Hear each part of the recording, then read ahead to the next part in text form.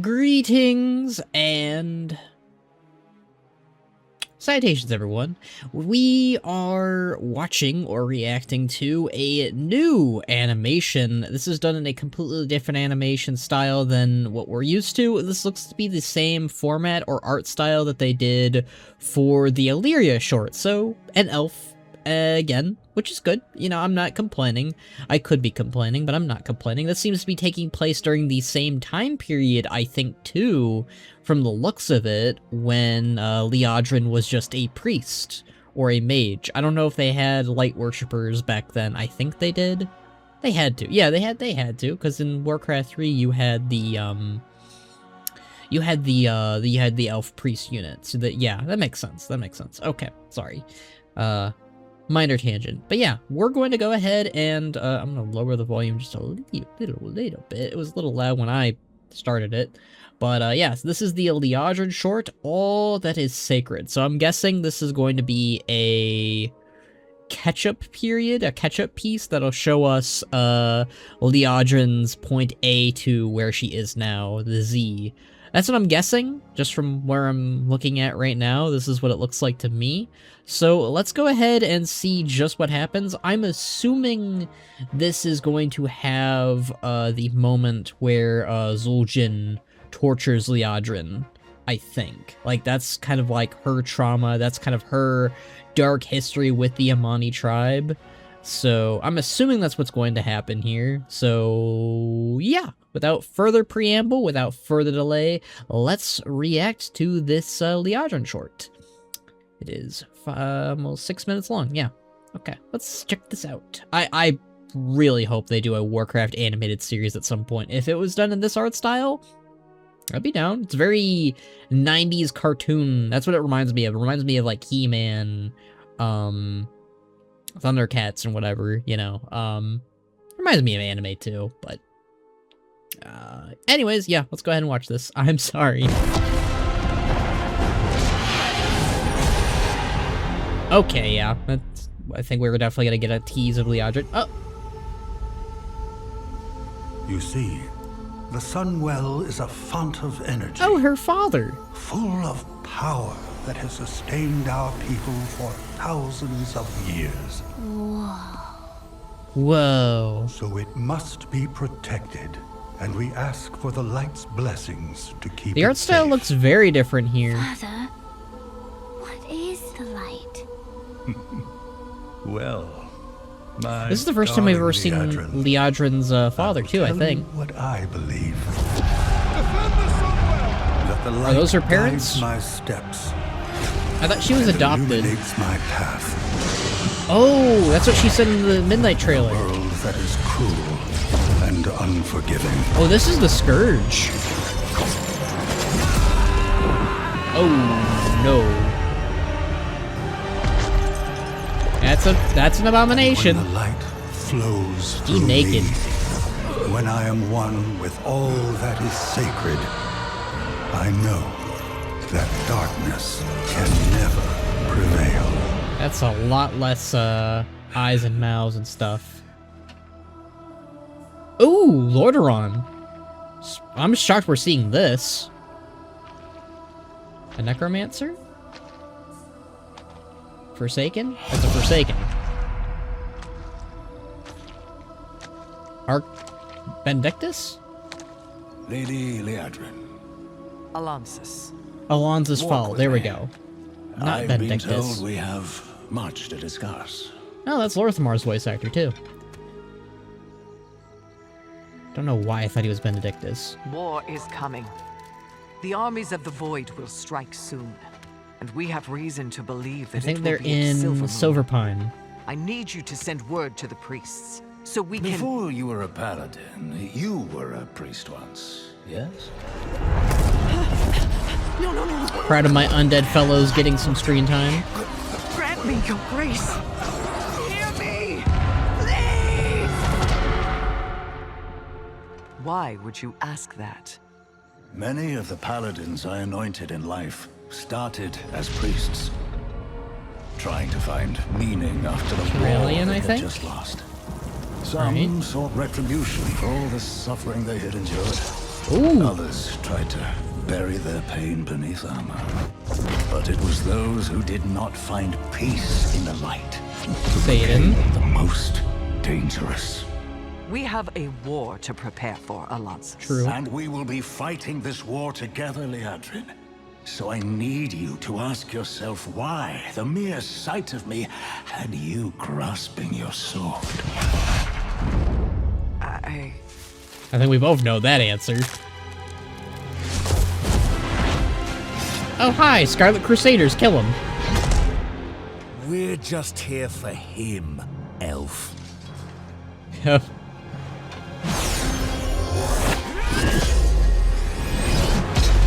Nice, Liadrin. That's what you do to Scarlet Crusaders. I wasn't expecting this of all things, if I'm being honest.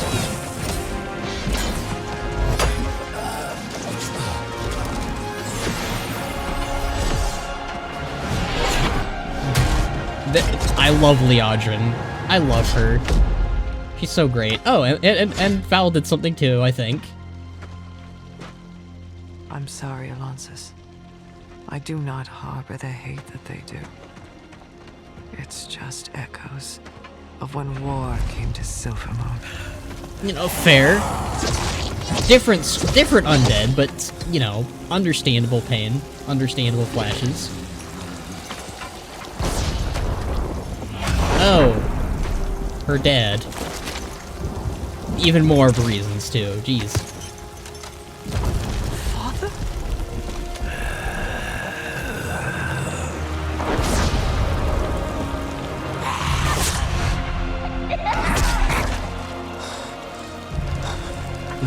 That's gotta be rough. Can never prevail.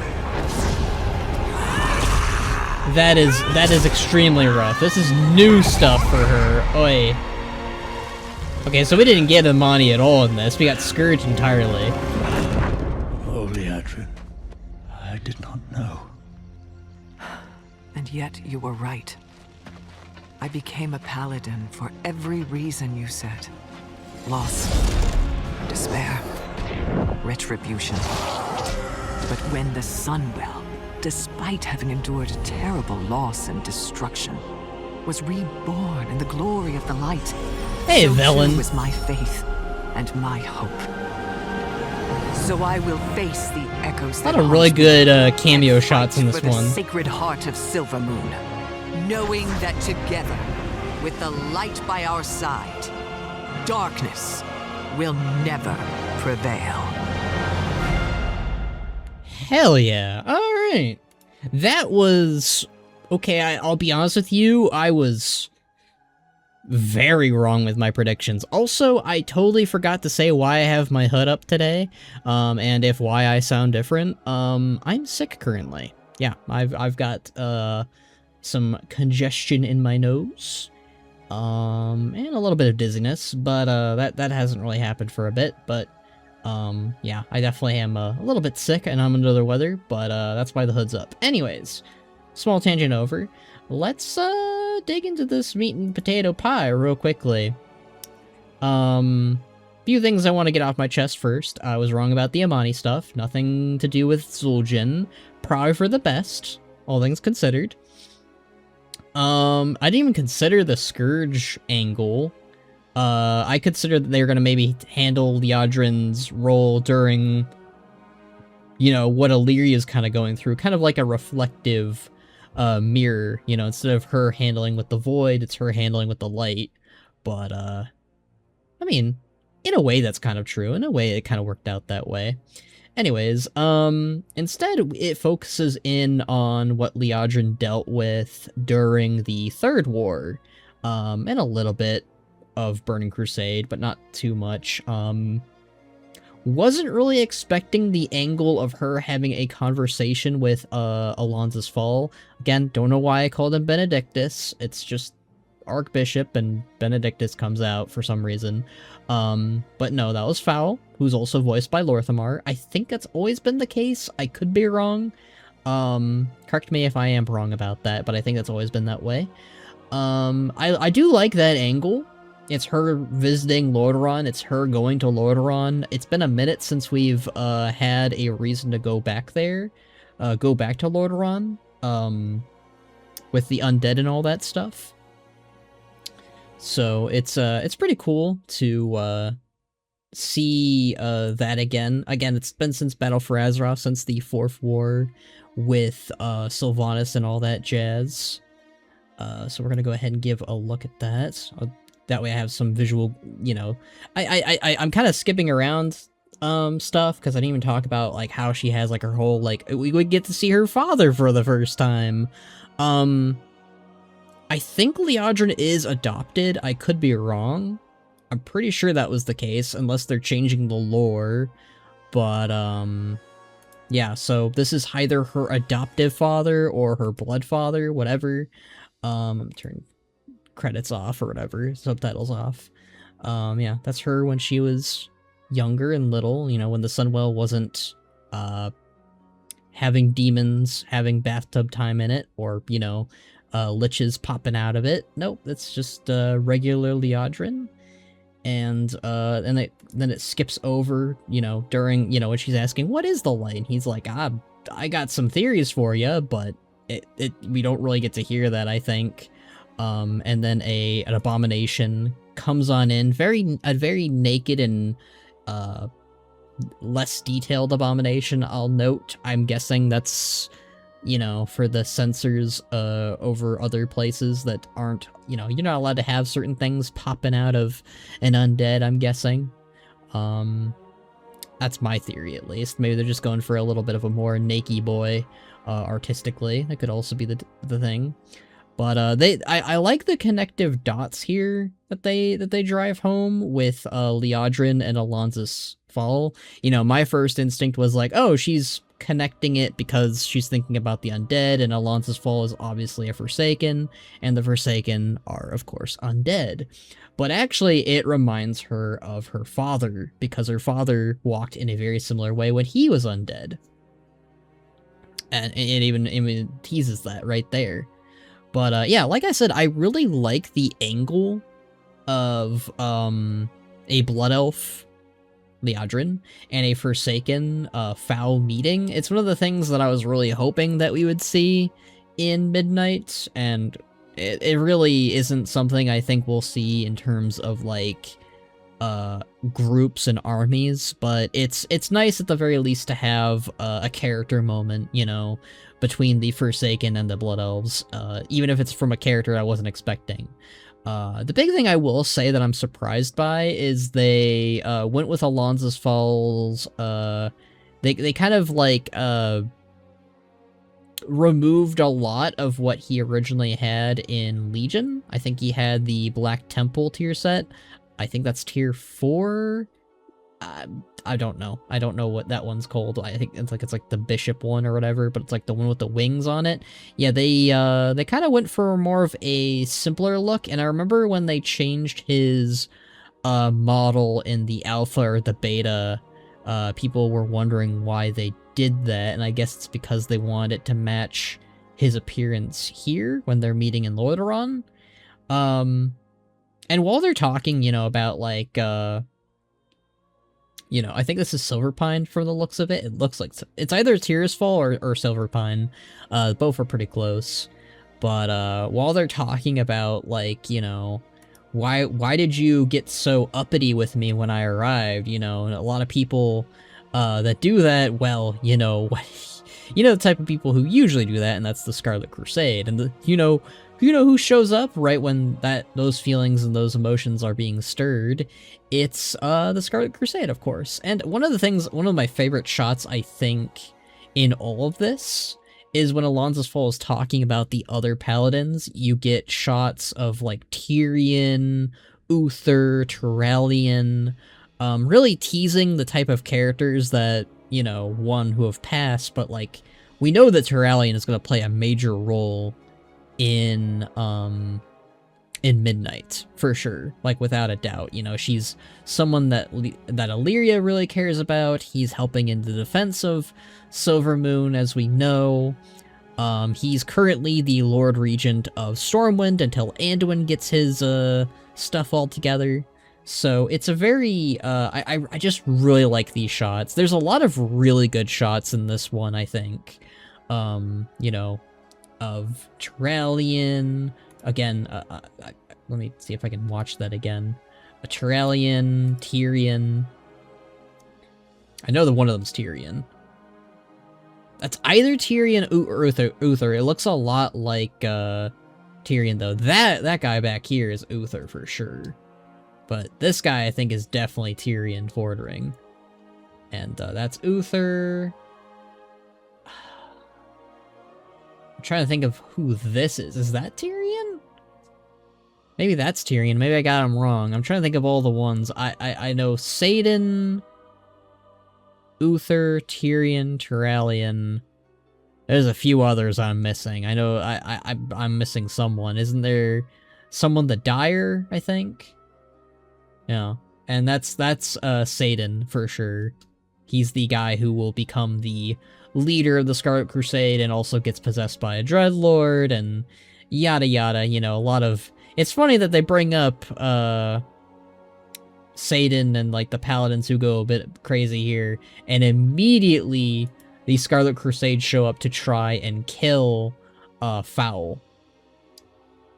And like the awesome and goated person that Liadrin is, she's like, no, I'm gonna fight you and I'm gonna kill you, because that's what happens to Scarlet Crusaders.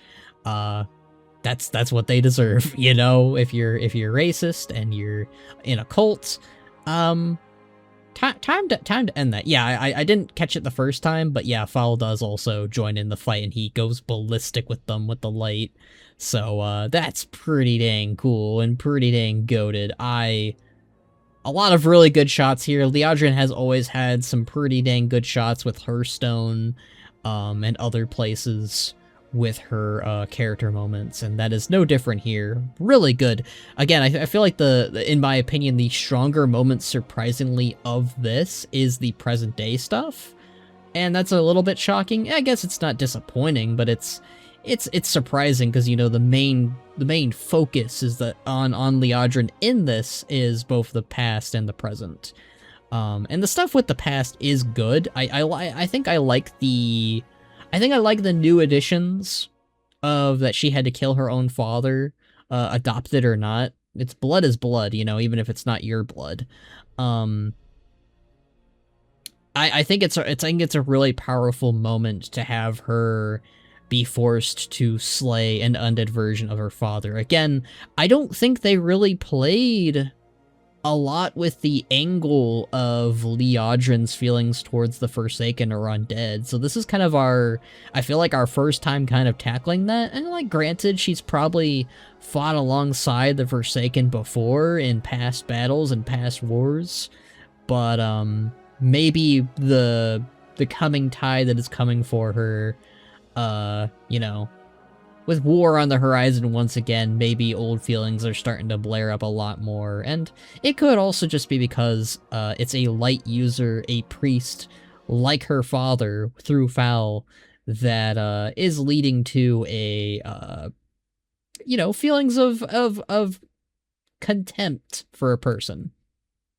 But those feelings kind of die quickly when racists show up and you have to, you know, silence them. So again, good on the cinematic team and art team for showing that here. But that is so rough. I didn't even catch that in my first viewing.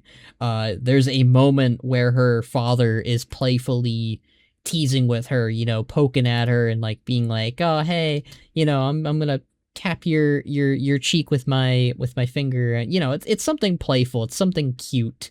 And in the present, or not present, but in the moment of that, it flashes forward to this undead version, this apparition, you know, trying to claw at her face, and then she's forced to, in the flashback, it's like a playful little pushback, like he, go away, Dad.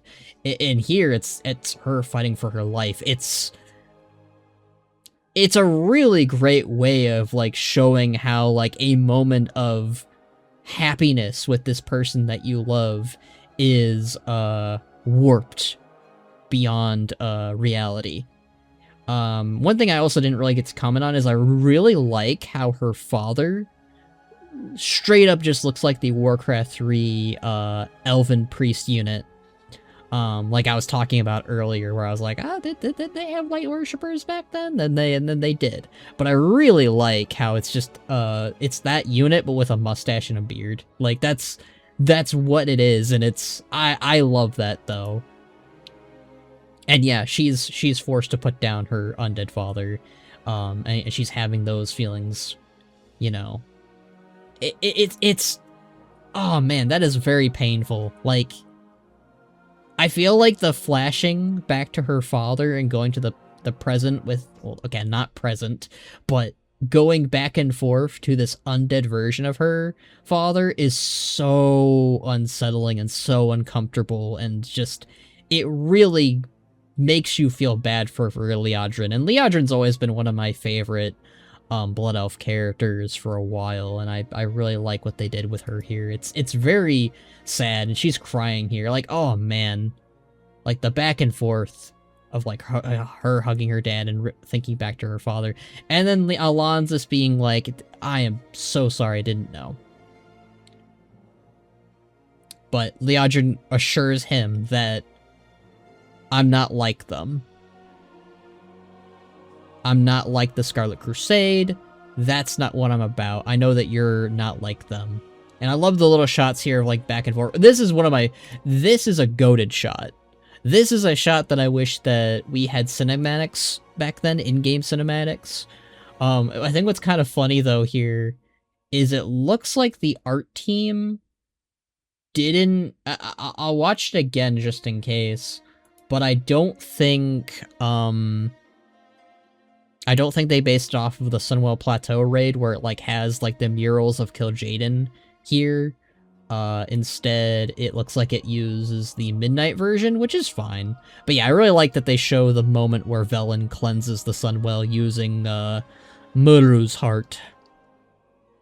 Just a very good shot. I'm really happy that we have that as an actual shot, and it shows the present day, and it shows how Liadrin is like, I'm ready to fight. I'm ready for whatever comes with our priests and our paladins of all religions and shit, all throughout Azeroth and beyond. But yeah, that was pretty good. I think I liked this one. Maybe it's just because I like Liadrin more than Illyria. I'm sorry, Illyria. You used to be my favorite Windrunner. But I really liked this one. I love the parallels. I love the back and forths. But yeah, great job. Whatever art team did this. Pretty dang cool. Pretty dang great. And I hope we get more like this. Or hey, Blizzard, maybe we get our very own, you know, animated Warcraft series in this art style. I'd be down with it. You know, Lore of the Clans style, War of the Ancients style. I would love those two books being adapted into a TV show or a movie, an animated movie. That'd be pretty cool. But anyways, guys, thank you guys for watching, and I will catch you on around with the next one, if there is a next one. I don't know. They only did 2 last time. They did one in the style that we're used to, and then they did one with this new art style, which is pretty cool. I do like it. I think it is pretty great, but I'm not sure if we're gonna get a third one. I really don't. But if we do get a third one, I will be there, and I will react to it, and I will talk about it. But until next time,